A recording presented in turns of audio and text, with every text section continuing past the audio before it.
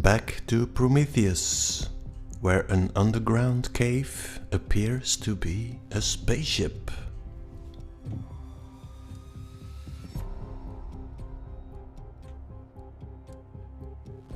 What is this? It's a cargo hold.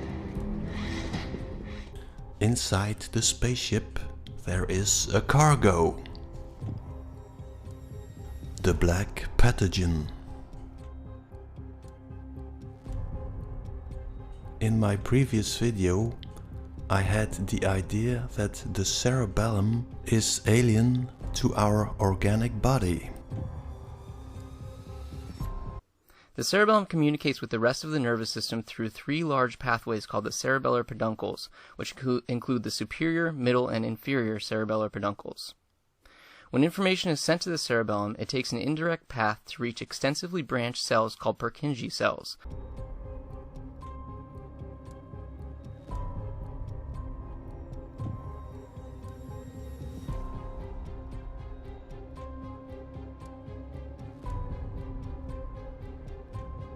One of the earliest clues linking the cerebellum to autism came from studying post-mortem autism brains. These brains often show a loss of specialized brain cells known as Purkinje cells, which are responsible for carrying signals out of the cerebellum. Depending on the study you're looking at, it's 50 to 90% of cases have Purkinje cell, a decrease in the Purkinje cell numbers that, even up to greater than 50% reduction, right? So pretty significant changes. Known as Purkinje cells, which are responsible for carrying signals out of the cerebellum. Now science will look for positive properties of the cerebellum. But let's take a look from another angle. In the film Prometheus, the black pathogen is a bioweapon. You have to stop it! Yannick, if you don't stop it, it won't be a home to go back to. It's carrying death, and it's headed for Earth. In the movie, the black pathogen is being destroyed. The alien spaceship is heading for Earth. Let's say that our big brain is Earth and our little brain is the alien spaceship, releasing its bioweapon onto Earth. What if the Purkinje cell was the seed of Persephone?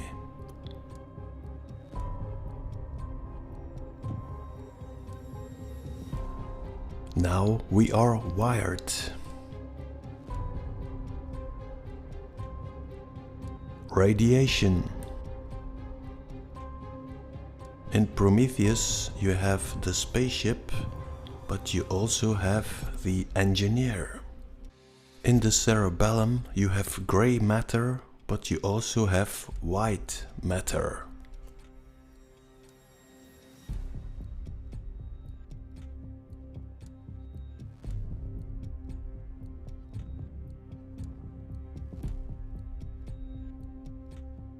The engineer is stepping in a strange machine.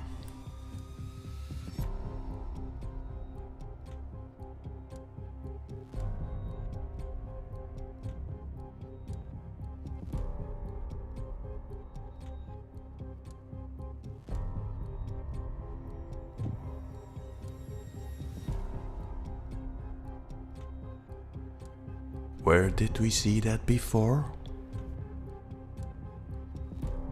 It's almost like we are seeing a little face. Engineers were believed to have been beneficent creators of sorts who sailed the stars, terraforming primordial celestial bodies and seeding them with the foundations of biological life. Well, you can make that synthetic life.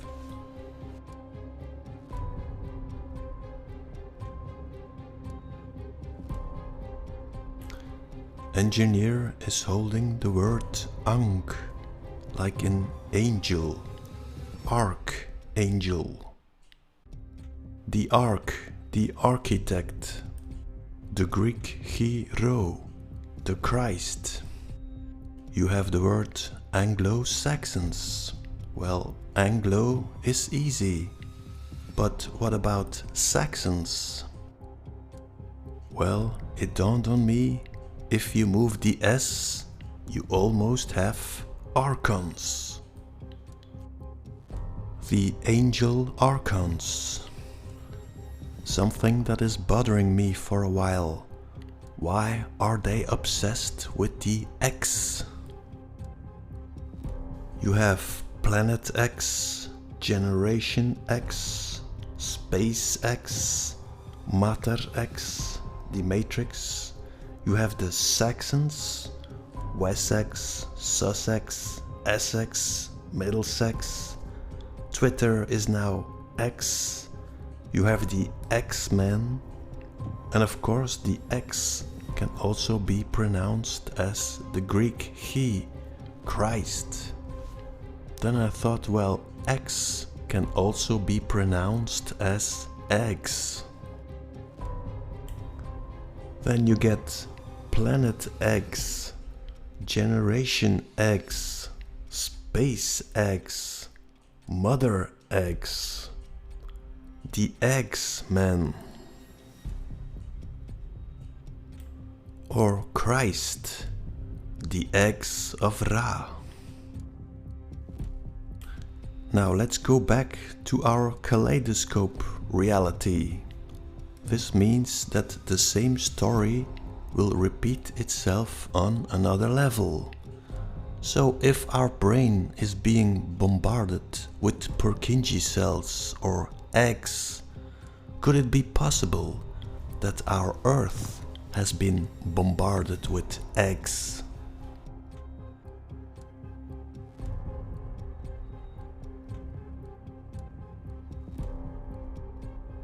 Now Radiation Matters mailed me, Wim, you have to look at the story of Osiris Rex.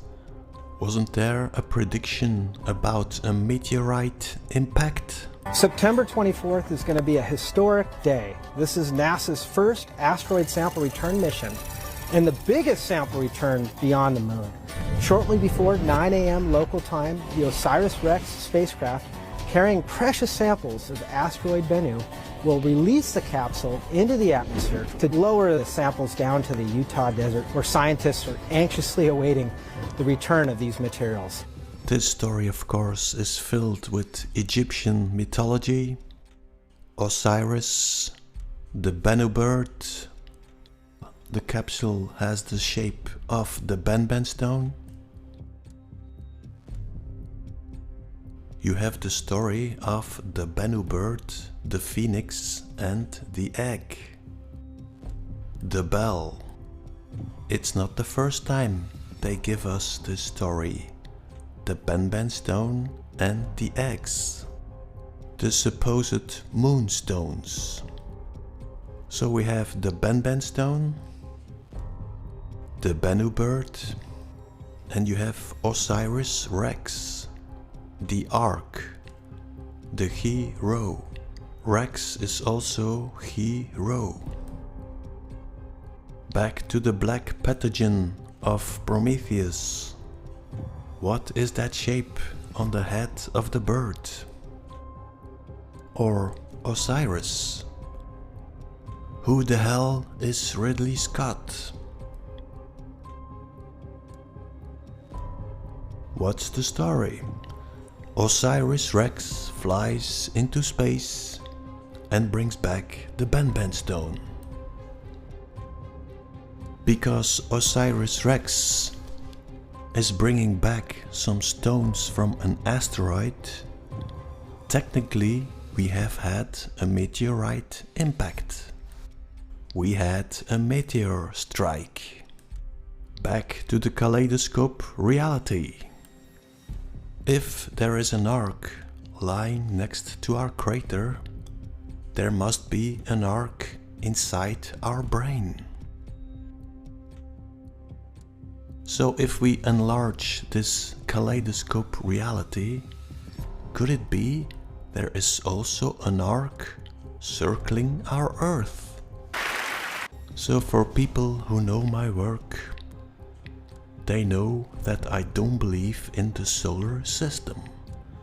So the only place where Osiris could get some rocks would be on the bigger Earth. Or another possibility.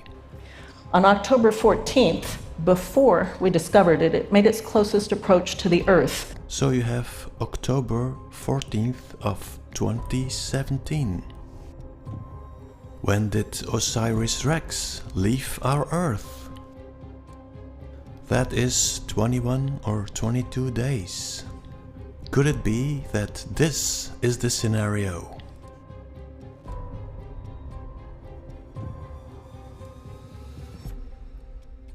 Didn't it all start with a rock? The Bennu bird, the phoenix. The Bennu bird was believed to visit the temple once every 500 years. When the bird was 1461 years old, it burned itself to death. Those affected by the mutation were subject to various violent mutations. Where did we hear that before? The year 0. Was there in history a mutation, a violent bloodline pretending to be holy men? The Christ, the Caesar. Now what would be in the capsule?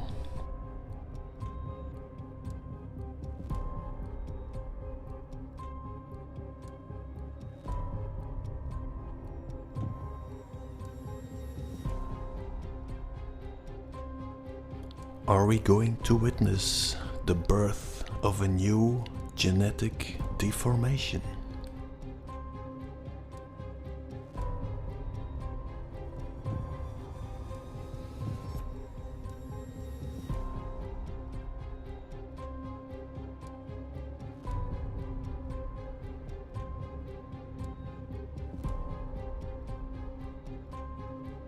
Who the hell is Ridley Scott?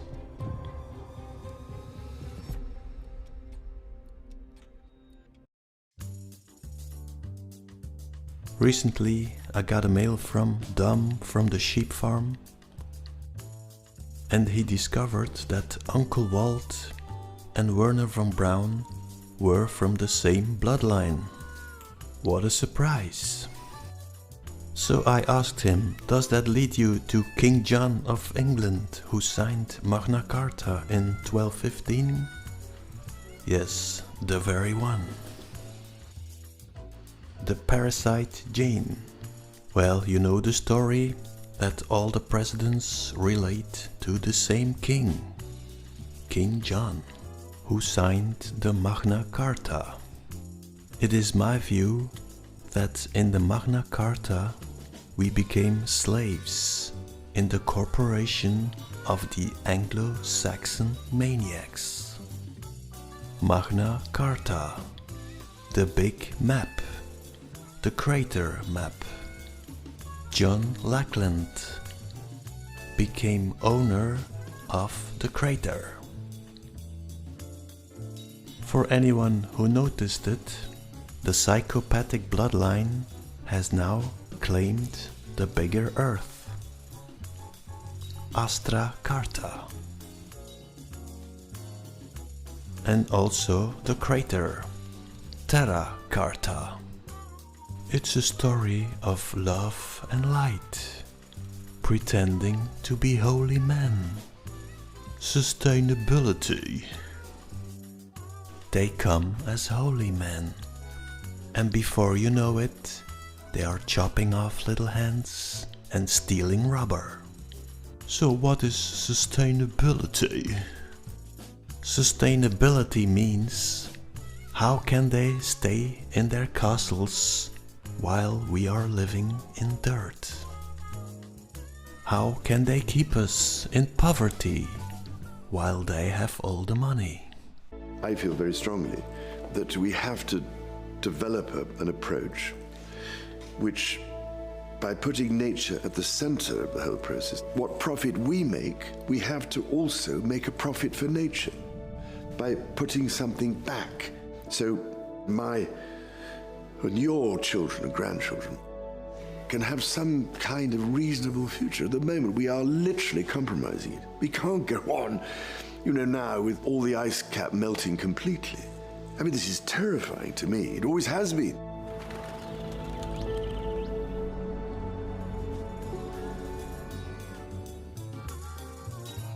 We can't go on. I mean, this is terrifying. We can't go on. What profit we make, we can't go on, now with all the ice cap melting completely. We can't go on. We can't go on. We can't go on.